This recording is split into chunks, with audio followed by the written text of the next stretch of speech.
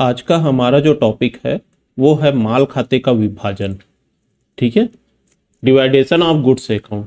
ठीक है, goods account को किस प्रकार से डिवाइड किया गया है, तो माल खाते का जो विभाजन है वो 5 भागों में किया गया है। 5 भाग हैं, तो 5 भागों में पहला भाग जो है वो स्कंद खाता या स्टॉक खाता, दूसरा जो भाग है वो परचेज अकाउंट क्रय खाता, तीसरा भाग जो है विक्रय खाता या सेल अकाउंट, चौथा भाग जो है परचेज रिटर्न अकाउंट क्रय वापसी खाता, और पांचवा भाग जो है वो विक्रय वापसी खाता। अब माल खाते का विभाजन क्यों किया गया है? देखिए, आप लोग माल खरीदे या माल बेचे तो वहां पर क्या होता था, माल आता था जा रहा है, तो उस कंडीशन में क्या होता है, हमेशा माल खाता का एंट्री करते हैं।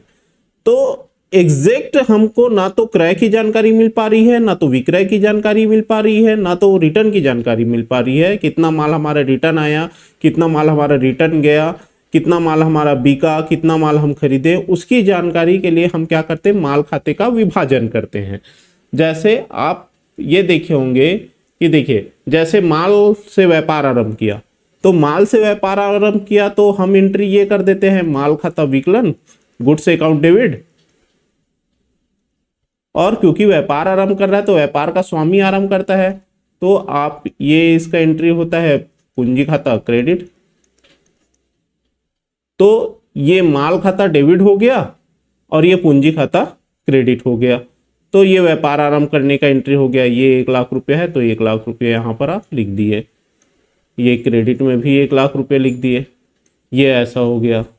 लेकिन इसमें क्या हुआ, देखिए, माल व्यापार में आया, माल खाता लिख दिए, तो ये कौन सा माल है? जैसे आप आगे देखते हैं, जैसे माल नगद खरीदा, तो देखो, जब माल नगद खरीदेंगे तो माल नगद खरीदने से हमारे पास आएगा माल, तो इस कारण माल एक वस्तु है तो माल खाता आप विकलन कर दिए, माल खाता विकलन कर दिए। 20,000 रुपया है तो 20,000 रुपये लिख दिए।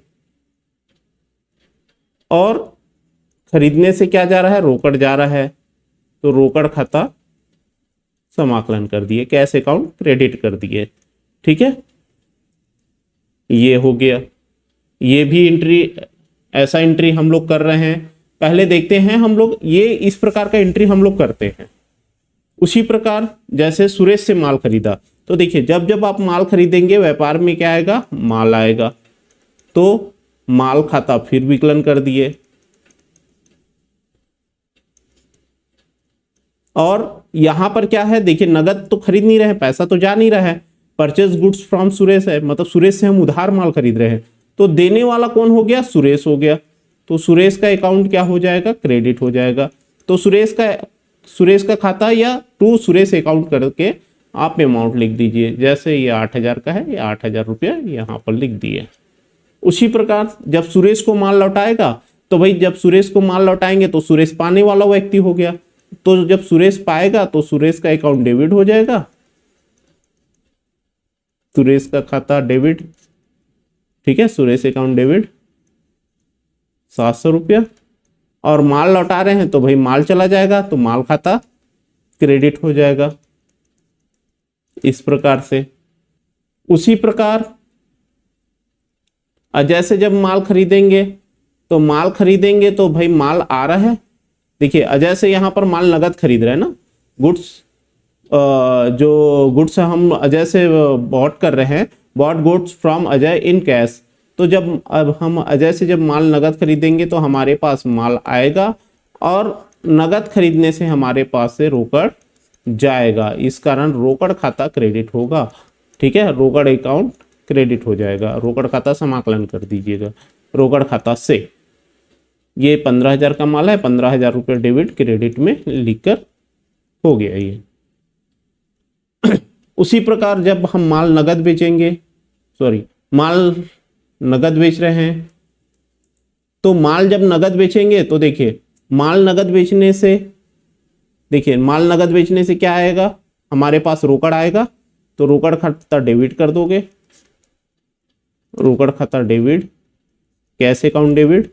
और माल बेचने से माल जा रहा है तो माल खाता क्रेडिट कर दिए, माल खाता क्रेडिट कर दिए। ये 9,000 का माल हमारे पास से जा रहा है, तो 9,000 का माल क्रेडिट कर दिए। तो ये हो गया। माल जब बेच दोगे तो रोकड़ आ रहा है, इसका कैश अकाउंट डेबिट हो जाएगा, रोकड़ खाता विकलन हो जाएगा, और माल जा रहा है तो गुड्स अकाउंट क्रेडिट हो जाएगा। उसी प्रकार जैसे आप आगे एंट्री देखते हैं, जैसे माल सोहन को बेचा, ठीक है, तो यहाँ पर सोहन को हम उधार माल बेच रहे हैं, तो पाने वाला भाई सोहन नाम का एक व्यक्ति है, सोहन नाम से पता चल रहा है व्यक्ति है, तो सोहन का खाता आप डेबिट कर दिए, सोहन का अकाउंट डेबिट, और क्रेडिट कर दोगे क्या, किसका खाता, माल बेच रहे हो तो माल जा रहा है तो माल खाता क्रेडिट कर दोगे, तो माल खाता क्रेडिट कर दिए 18,000 रुपये से। सोहन ने जब माल लौटाएगा, सोहन रिटर्न द गुड्स, ठीक है, सोहन रिटर्न कर रहे हैं हमको गुड्स को, तो सोहन जब माल लौटाएगा तो हमारे पास माल आएगा, तो फिर माल खाता डेबिट फिर कर दिए, और देने वाला कौन है, सोहन है, तो सोहन का अकाउंट क्रेडिट कर दिए 2,000 रुपया।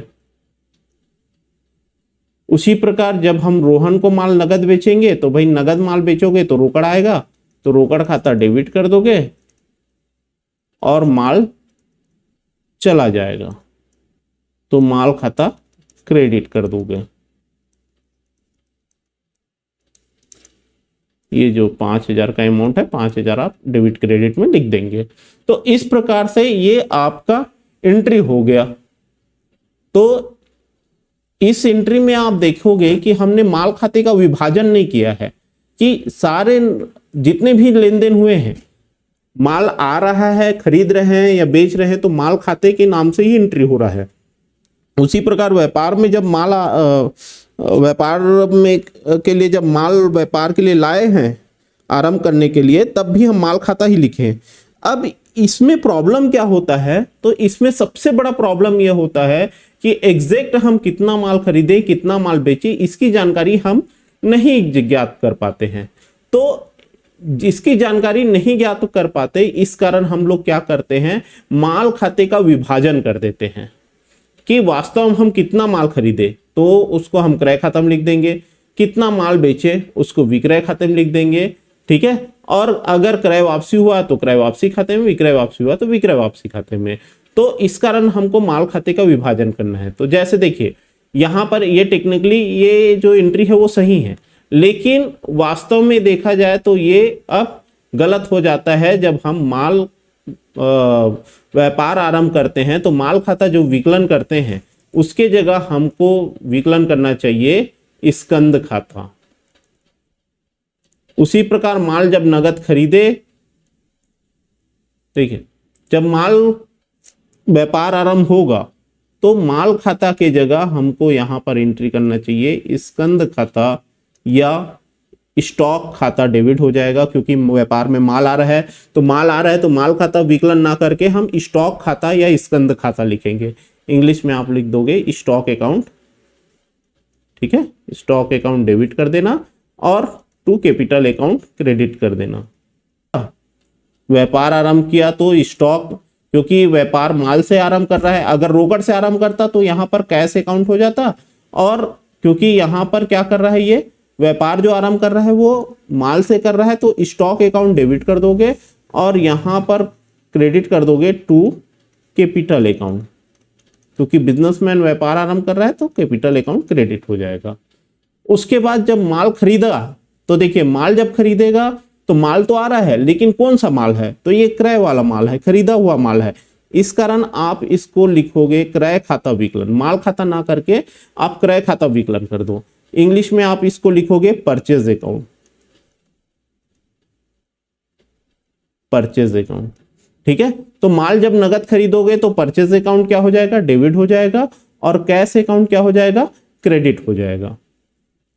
उसी के बाद जैसे सुरेश से आप माल नगद खरीद रहे हैं, तो सुरेश से जब आप माल नगद खरीदोगे तो ध्यान में रखेंगे माल तो आ रहा है, तो माल खाता विकलन किए वो सही है, लेकिन अब हम क्योंकि माल खाते का विभाजन पढ़ चुके हैं, तो यहां पर जब माल अब हम खरीद रहे हैं तो उसको हम माल खाता ना लिखकर हम क्रय खाता लिखेंगे, फिर परचेज अकाउंट लिखेंगे। तो जब जब माल खरीदेंगे तो माल आ रहा है तो क्रय खाता हमेशा डेबिट होगा। देखिए क्रय खाता हमेशा क्या हो रहा है, डेबिट हो रहा है। अब जब सुरेश को माल लौटाए हैं तो देखो सुरेश से ये माल खरीदा है, अब इसी माल को सुरेश को लौटा रहे हैं, तो सुरेश जब देने वाला था तो सुरेश क्रेडिट हुआ, जब सुरेश को हम लौटाएंगे तो सुरेश पाने वाला व्यक्ति हो गया, तो सुरेश डेबिट हो जाएगा। और ये जो माल है वो खरीदा हुआ माल है, इस कारण इसका नाम होगा क्रय वापसी, परचेज रिटर्न। तो सुरेश अकाउंट डेबिट हो जाएगा और 2 हो जाएगा परचेज रिटर्न अकाउंट क्रेडिट हो जाएगा। ठीक है, क्योंकि सुरेश को यहां पर हम माल लौटा दे रहे हैं। उसी प्रकार जैसे आप अजय से हम माल नगद खरीदा, तो माल नगद खरीदा तो यहां पर अब माल खाता ना करके हम इसकी जगह क्या लिखेंगे, एग्जैक्ट क्रय खाता लिखेंगे। माल खरीद रहा है, माल आ रहा है तो क्रय खाता डेबिट कर दोगे और कैश अकाउंट क्रेडिट कर दोगे, क्योंकि नगद माल खरीदा है तो रोकड़ जा रहा है। यहां पर माल नगद बेचा है तो रोकड़ आया है, लेकिन यहां पर माल खाता ना करके आप कर देंगे विक्रय खाता क्रेडिट कर दोगे। तो इस प्रकार से आपका ये, उसके बाद देखिए जैसे सोहन को माल बेचा है तो सोहन तो पाने वाला हुआ तो सोहन डेबिट हुआ, लेकिन यहां पर क्या किए, माल खाता किए, क्रेडिट किए। ठीक है, तो बेचने से माल जा रहा है ना भाई, माल बेचा है, सेल किए हैं, इस कारण इसका नाम कर दोगे सेल्स अकाउंट, विक्रय खाता। विक्रय खाता क्रेडिट कर दोगे, इंग्लिश में आप इसको लिखेंगे सेल्स अकाउंट क्रेडिट।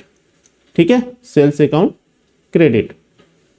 अब सोहन ने माल लौटाया, तो जब सोहन माल लौटाएगा तो ये जो वापसी होगी, ध्यान में रखिए, सोहन को जब माल बेचे तो सोहन पाने वाला हुआ और माल जा रहा था। जब सोहन माल लौटाएगा तो सोहन जब माल लौटाएगा तो हमारे पास माल आ रहा है, तो माल खाता के जगह हम इसका नाम लिखेंगे विक्रय वापसी, सेल्स रिटर्न, क्योंकि ये विक्रय किया था, अब इस सोहन को विक्रय किया था और सोहन ने यही विक्रय वापसी हमको कर दिया है, विक्रय हुआ माल को लौटा रहा है, तो विक्रय वापसी खाता विकलन कर दोगे और देने वाला सोहन है तो सोहन का खाता क्रेडिट कर दोगे।